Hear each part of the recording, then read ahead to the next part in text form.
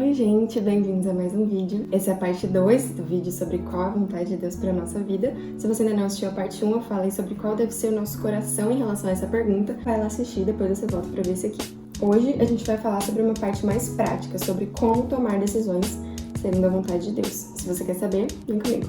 Bom, não tinha outro livro que eu pudesse usar que não Tomando Decisões Segundo a Vontade de Deus, o livro do Weber Campos Jr.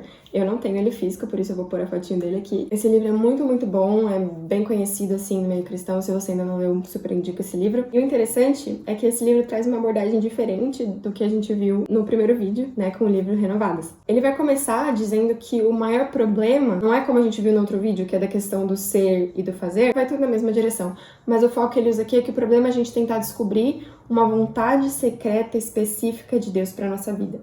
Isso ele fala que é um grande problema. Por quê?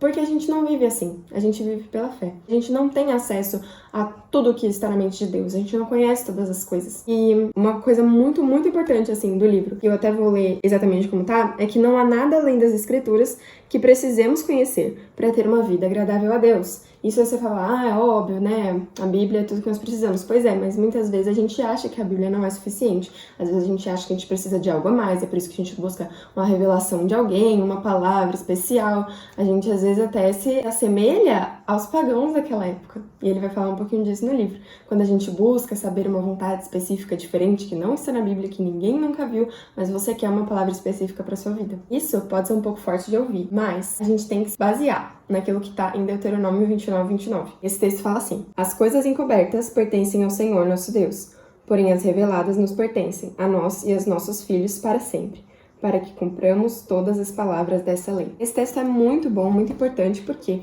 ele está falando da diferença entre a vontade revelada e a vontade secreta de Deus. Ele não nos revelou tudo que está no seu coração, até porque Deus é eterno, ele é infinito, a gente não é capaz de se revelar tudo a nós, assim, nós somos limitados, por isso que ele nos deu um livro com começo, meio e fim, e ainda assim, tendo esse livro, a gente tem infinito conhecimento de Deus, porque a cada vez que você lê, você aprende mais, já falei isso em outro vídeo.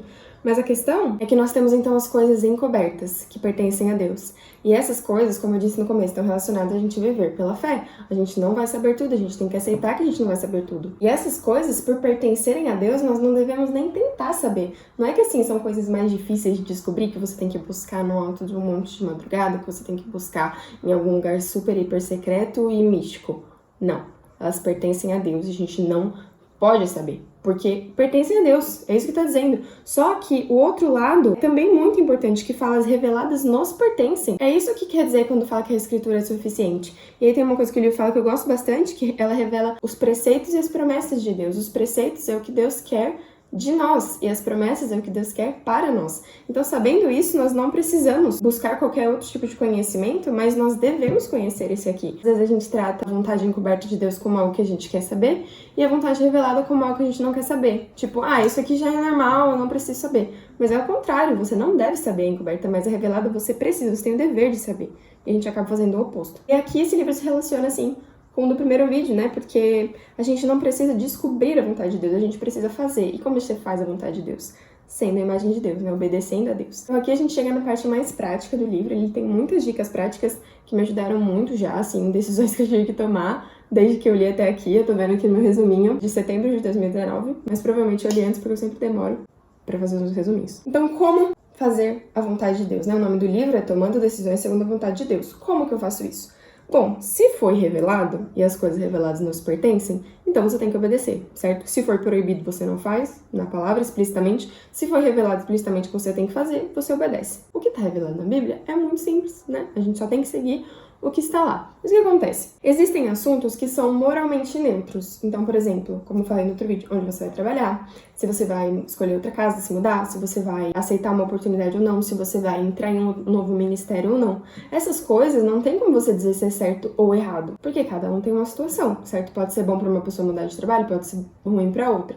E aí a gente sempre fica naquele, você tem que tomar uma decisão que glorifica a Deus. Tudo bem, mas como? Como, né? Porque aí a gente às vezes fica meio perdido nisso. Então, o livro, ele dá uma sequência de perguntas muito boas e muito interessantes pra gente se fazer nesses casos em que os assuntos são moralmente neutros. Então, se eu fosse você, eu anotaria, porque na verdade eu já anotei. Primeiro, é lícito? Então, isso aí tem a ver com realmente se está na palavra ou não, né? Você acha que é um assunto moralmente neutro, mas às vezes já tá na Bíblia que não é pra fazer ou que é uma obrigação sua fazer. Então, é lícito, conforme a Bíblia. Sim, beleza. Pro 2, é benéfico pra mim? Quer dizer, é algo que me edifica, é algo que me aproxima de Deus, é algo que contribui pra minha vida, pra minha formação, enfim. É bom pra mim? Ah, mas por que eu faria algo que é ruim pra mim, gente? Reflitam, tá? Sempre tem. 3, é escravizante? Beleza, é bom pra mim. Mas é algo que vai me escravizar? É algo que vai me viciar? É algo que vai tomar meu tempo de outras coisas pra que eu faça isso? Um tempo que talvez eu não possa dar agora? 4, é útil para as outras pessoas? E aí é importante a gente pensar, isso vai fazer alguém tropeçar? Ou isso vai fazer alguém mais abençoado, mais feliz, mais próximo de Deus? Eu tô pensando no meu próximo, aqui entra toda aquela questão, se escandaliza ou não, né, que Paulo fala bastante, a gente tá fazendo alguma coisa sem se importar com o impacto que vai fazer nas outras pessoas. Não tô dizendo que você tem que viver em função das outras pessoas, tipo, tudo que você tem que fazer, você tem que ter a aprovação das pessoas, não é isso. Mas você tem que pensar nos impactos que a sua decisão vai trazer para as outras pessoas. E o 5, glorifica o Senhor. Então aí a gente tem que pensar nas motivações do nosso coração. Depois de tudo aquilo, se você respondeu certo, ok, mas qual que é a minha motivação aqui? Isso é uma ferramenta de serviço para o reino de Deus? Eu tô querendo me engrandecer? Eu tô querendo engrandecer a Deus? Essas perguntas nos trazem um quadro maior que nos permite avaliar melhor aquela situação, aquela decisão. E o livro enfatiza ainda que a gente sempre priorize 3 coisas: o serviço, né, ao próximo, a mortificação da nossa carne, do nosso pecado e o nosso crescimento. Então, juntando tudo isso, você consegue olhar para a sua situação e dizer, ok, e decisão que eu devo tomar? Isso é garantido que você vai tomar a melhor decisão? Não, porque você não é Deus, você não sabe todas as coisas. Então, isso é só uma forma da gente se guiar melhor. A gente tem que buscar sabedoria, a gente não vai ficar tomando decisões de qualquer jeito, mas a chance de você tomar uma decisão errada é menor, mas nunca é nula, porque nós somos pecadores, então... Mas tudo bem, gente. A gente já viu no vídeo passado que também não tem problema se a gente tomar uma decisão errada uma vez ou outra na vida, sendo que o nosso coração deseja agradar a Deus, né? Eu também queria enfatizar com vocês alguns perigos sobre esse assunto da vontade de Deus que foram muito bons pra minha vida. Perigos que a gente às vezes considera como meio de obter a resposta certa pra vontade de Deus. O primeiro perigo são as portas abertas. A gente tá procurando um trabalho, não sei o quê, aí de repente aparece uma oportunidade. Naquele momento, aí você fala, ai, foi Deus. Pode ter sido Deus? Pode. Pode não ter sido? Pode. A gente não pode considerar que só porque uma coisa aconteceu no momento que ela devia acontecer, ela é certa, ela é a vontade de Deus. Não, a gente tem que avaliar tudo com sabedoria, porque uma porta aberta é diferente de uma revelação. A revelação é essa, não existe outra. É isso que a gente tem, que é a revelação de Deus. Agora, de resto, coisas que aparecem, sinais, assim, são coisas pra gente prestar atenção, mas nunca são um direcionador. Tipo, se isso aconteceu agora, é porque eu preciso fazer, sabe? A gente tem que tomar cuidado com isso. Claro que não existe acaso, né? Que Deus cuida de todas as coisas. Mas a gente tem que avaliar tudo com sabedoria. Só porque apareceu uma oportunidade pra você, não quer dizer que você não tenha que avaliar. Pelo contrário, ela pode ser uma oportunidade de você avaliar pra ver se você tá com sabedoria mesmo, pra ver se você tá tomando as decisões certas, né? O segundo perigo são os versículos aleatórios, gente. Eu acho que esse é o pior perigo que tem. A pessoa nunca lê a Bíblia e tem que tomar uma decisão importante na vida, abre a Bíblia assim, tipo, aleatoriamente, lê um versículo e fala, pronto, é isso que eu devo fazer. Gente, a Bíblia não é um dicionário. A Bíblia não é um livro de consulta. Sabe, dicionário, você quer saber o que uma palavra significa, você vai lá e você olha. Ninguém lê dicionário. Quer dizer, eu não conheço. Você vai ficar lendo o dicionário ali, não tem um enredo muito interessante. Agora a Bíblia, gente, a Bíblia é uma história de capa a capa, então você não pode abrir um versículo aleatório e falar, ah, essa é a vontade de Deus pra minha vida. Você tem que olhar o contexto. A gente sempre precisa olhar o todo, tá? Então a Bíblia é um livro de meditação, não é um livro de consulta. A gente tem que conhecer o coração de Deus. E não um versículo ou outro, tá? Porque quando a gente conhece o coração de Deus, a gente vai saber o que agrada a Ele. Então é lendo a Bíblia que você vai ter sabedoria para suas decisões. E o terceiro perigo são as impressões e os sentimentos. Gente, impressões, sentimentos, olha, eu acho que isso não vai dar certo, olha, eu tenho impressão, eu sinto que eu devo fazer isso. Eles podem até te levar a refletir, sabe? Mas eles não devem te levar a tomar suas decisões finais. Igual quando fala a Bíblia que seja a paz o árbitro dos vossos corações. Quer dizer, não faça alguma coisa que você não esteja em paz. Mas só porque você está em paz, pode ser que na verdade você só não tenha consciência do pecado. E você acha que aquilo tá certo, você está em paz, você faz. Mas o seu sentimento não é um bom guia para as suas decisões. Ele pode te fazer desconfiar e você fala, porque eu estou me sentindo assim. E aí você vai e avalia o resto com tudo que a gente já falou aqui. E pra finalizar, gente, eu queria falar com vocês do caminho da sabedoria, que é como o autor finaliza o livro também. O caminho da sabedoria tem 4 passos. O primeiro é a reflexão. E a gente pode dizer que é a palavra, que é a meditação, né? O conhecimento da Bíblia vai ser a reflexão. Então, é o primeiro passo para você ter sabedoria, você estar refletindo na palavra. O segundo passo é o aconselhamento. E eu gosto muito do que ele fala aqui, que é a sabedoria da igreja, porque sempre existe alguém que sabe mais da vida e da palavra de Deus e tem mais sabedoria do que você. Sempre vai ter alguém.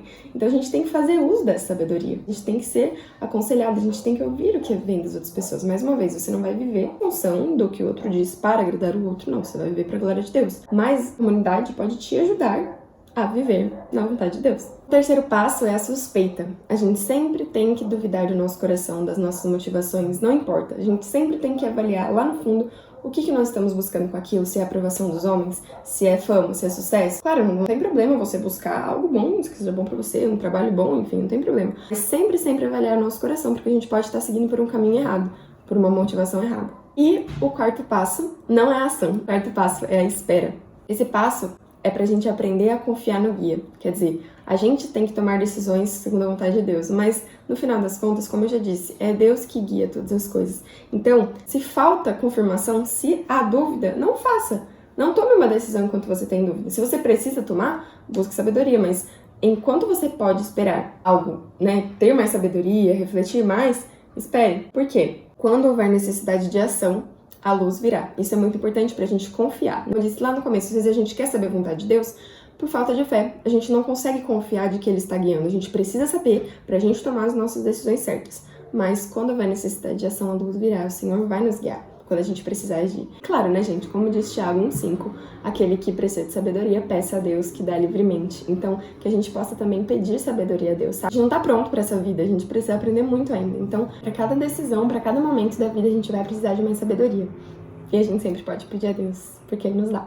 É isso, gente. Eu espero que esses 2 vídeos tenham ajudado vocês nesse assunto tão importante, que é a vontade de Deus. Eu espero que tenha esclarecido pra vocês a importância desse assunto, mas também as coisas que a gente pode estar pensando de forma errada em relação a isso. Se você ainda não viu o primeiro vídeo, corre lá pra assistir, porque eles se complementam de um jeito bem legal. E se você gostou desse vídeo, compartilha com quem pode gostar, compartilha com alguém que esteja passando por uma decisão difícil, em que precisa ouvir esses vídeos, eu tenho certeza que tem alguém. E se você compartilha, você já ajuda também o canal a continuar crescendo. Por hoje é só, gente. Fiquem com Deus e até mais!